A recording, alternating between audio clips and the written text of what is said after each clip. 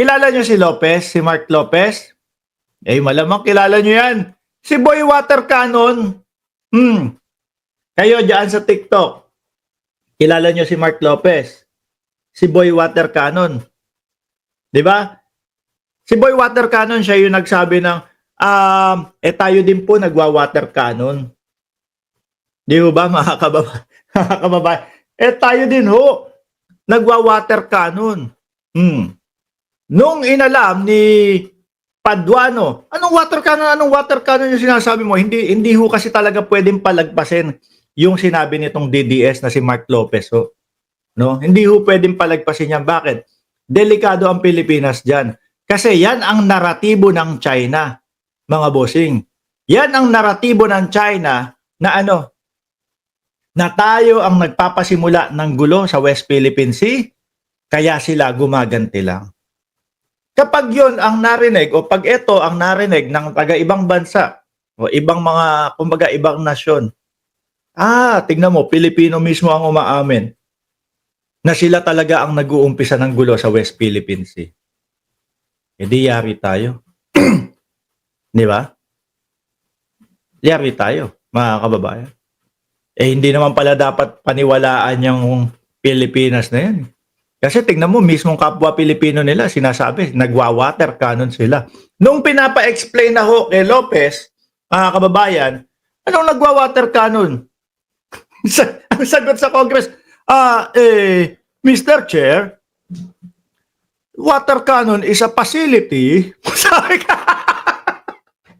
hindi na alam kung ano isasagot eh. Naging pasilidad na ho yung water cannon, mga kababayan. Wala eh. Huli. No? Akala makakagunggong doon sa loob ng Kongreso. Sila nagbukang gunggong, mga kababayan. Ngayon, ang banat ni Mark Lopez. Ating Claire, sabi niya. Ating Claire. No? Ito po ay patungkol doon sa fake news. Hindi po fake news ang rason ng mababang ratings ng Pangulo. Unang-una, Pulse Asia ang nag-news. Na ngayon, napapabalita, binili daw di umano ni Bongo. Kaya pala yung kanyang pangalan, nandoon sa kaitaas-taasan. Kung ako, bibili ako ng survey company, putragis ka. Pag ako hindi number 1 dyan hindi mo linagay yung pangalan ko bilang numero 1. Magkalimutan na tayo. Ako, boss mo! Tapos nasa dulo ako, panlima lang ako. Ngayon, pumasok sa isip ko, kung totoo yung balita na binili ng Bongo yun, kaya pala number 1 doon sa survey si Bongo. Diba? Una, pag galing sa Pulse Asia, medyo hindi na ho ako naniniwala kung ganun. Diba? Hindi na ho ako naniniwala. Baka dyan din, yung survey nila, fake news. Bakit to? Kagaya nga ho nung nasabi natin kanina. No? Bumaba yung ratings ng Pangulo. Kasi kapag kami ini-issue sa kanila, sinasagot. Pati ho yung mga adik-adik ang Pangulo na inumpisahan nung nakakulong doon sa The Hague. Wala naman silang napatunayan dyan eh. Sumagot ang Pangulo. Bago mag-eleksyon, nagpa-drug test. Pagkatapos ng eleksyon, nagpa-drug test. 2 beses kasama yung pa-north. Yung ang taas na ng buhok. Ang puti, shining, may shining shimmering dyan, no? Sa sabi ni Vic Rodriguez, kasama po ako na nagpa-drug test. Negatibo po ang Pangulo. Si Duterte wala. Ni isang beses, hindi nagpa-drug test si Duterte. Tinanggihan nilang magpa-drug test sa dating Pangulong Duterte. Mga kababayan. Di ba?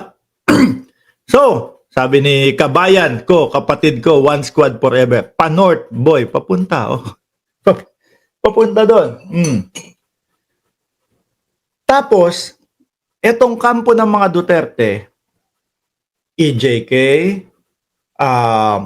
laban yung mga tokhang, confidential funds, pagbabanta sa buhay ng Pangulo, sa asawa ng Pangulo at kay Martin Romualdez.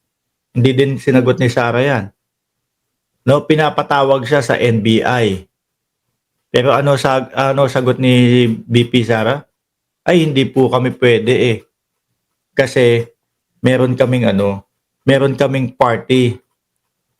'Di ba? Meron ho kaming party para doon sa mga mamamahayag. Binigyan po namin sila ng Thanksgiving party. 'Di ba Ma'am Aba? Ang sabi niya 809 ano na. Hindi din nila pinaliwanag 'yan. Yung kapag ako namatay o pag may nangyari sa akin, may inutusan na ako. Ibig sabihin may inutusan, may plano na. 'Di ba? May plano na napatayin si Bongbong Marcos, si Lisa Araneta Marcos at si Martin Romualdez. Hindi din ho nila pinaliwanag yan. So ngayon, yung ratings, titingnan natin, bagsak ang Pangulo, mataas si Inday Sara Duterte. Ganun po ba kabopols ang Pilipino? Etong mga to, no? Yung mga Duterte hindi sumasagot at panay iwas doon sa katanungan ng sambayan ng Pilipino.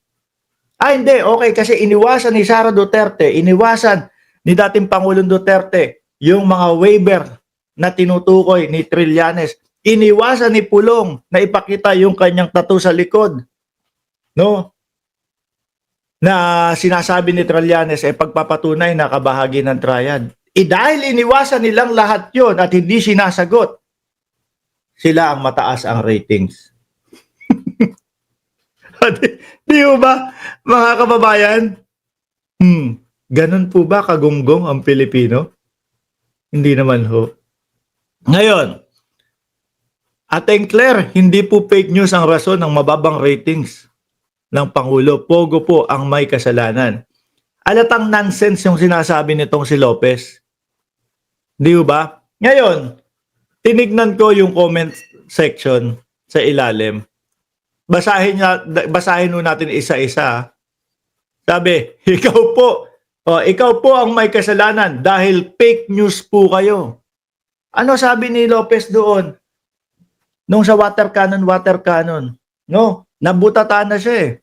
Pati po yung water cannon ang idinahilan na po facility daw po eh. Sagot ni Lopez doon? Opo, fake news po ako. Fake news po ako. Di ba? Nandoon yung pag-amin ni Lopez. Opo, fake. Sige po, Mr. Chair. Fake news po ako. Yung isa naman, opo, tanga po ako. Di ba, mga kababayan? Yung pangalawang nagkomento. Wala kayong pinagkaiba sa mga scam farm na yan. Kaya lalong dumadami ang mga bobo, o kayo daw, mga DDS, yung sinasabihan. Kaya daw kayo dumadami dahil daw doon sa mga pagpe-fake news nitong sila Lopez. Kaya dumadami ang mga bobo dahil sa pagkalat nyo ng fake news. Saklap, ano?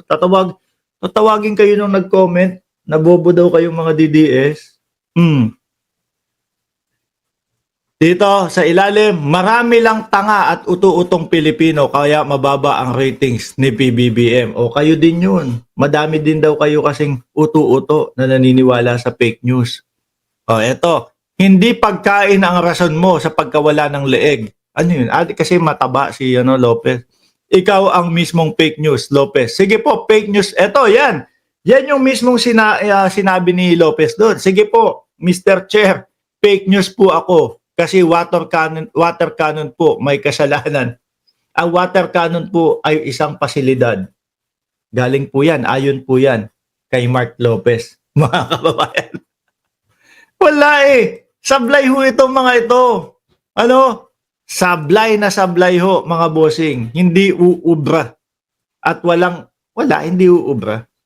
Anyway, ang sarap mga no? Ang sarap mambasag ng mga DDS. No? Paano? Mga utu-utuho eh. Sa araw-araw na ginawa ng Diyos, nako, lagi kong ang saya.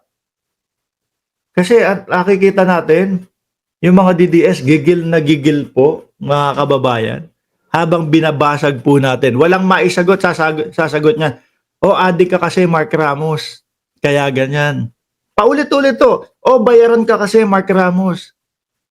Di ba, Chi? One squad forever? O, mga jologs eh. Sa haba-haba, nakailang topic na tayo. 1, 2, 3, 4, apat na topic. Ang isinagot lang ho niya mga DDS, mga kababayan, is ano? Addict ka kasi, bayaran ka kasi. Pero yung mismo, doon sa tinatalakay natin, wala, quiet yan. Bakit to? Anak ng tinapa, yung pinagtatanggol nila.